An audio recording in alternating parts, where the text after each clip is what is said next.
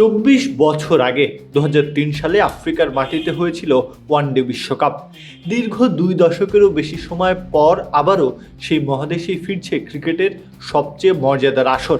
আন্তর্জাতিক cricket council আনুষ্ঠানিকভাবে ঘোষণা করেছে 2027 ওয়ানডে বিশ্বকাপের 12টি ভেন্যু।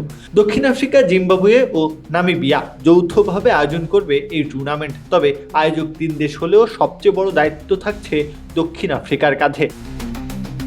দেশটির 8টি ঐতিহাসিক স্টেডিয়ামে হবে বিশ্বকাপের অধিকাংশ ম্যাচ। জোহানেসবার্গের ওয়ান্ডারার্স, কেপটাউনের নিউল্যান্ডস, ডারবানের কিংসমিড কিংবা সেঞ্চুরিয়ন পার্ক।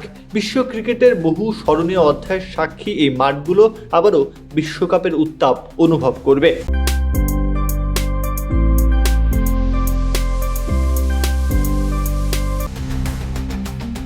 জিম্বাবুয়েও পাচ্ছে বড় ভূমিকা। 3টি ভেন্যু দেওয়া হয়েছে তাদের।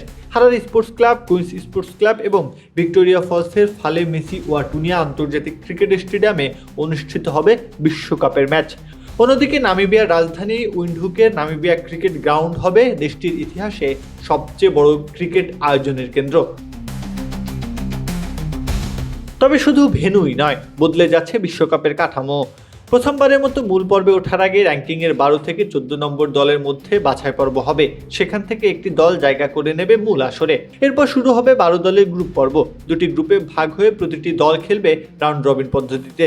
সেখান থেকে সেরা দলগুলো উঠবে সুপার 7 পর্বে। এই ধাপ শেষ হওয়ার পরে পয়েন্ট টেবিলের তালিকার শীর্ষ 4 দল খেলবে সেমিফাইনাল, আর সেখান থেকে নির্ধারিত হবে বিশ্বকাপের 2 ফাইনালিস্ট। সব মিলিয়ে 57 ম্যাচের এই বিশ্বকাপ আফ্রিকার ক্রিকেট ঐতিহ্যের পুনর্জাগরণের গল্প। লিটন দাসদের জন্য তাই ভেন্যু ঘোষণা বড় বার্তা দিয়ে রাখলো।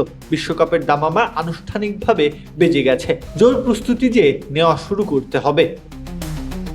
প্রত্যহ কাব্য, খেলা 71।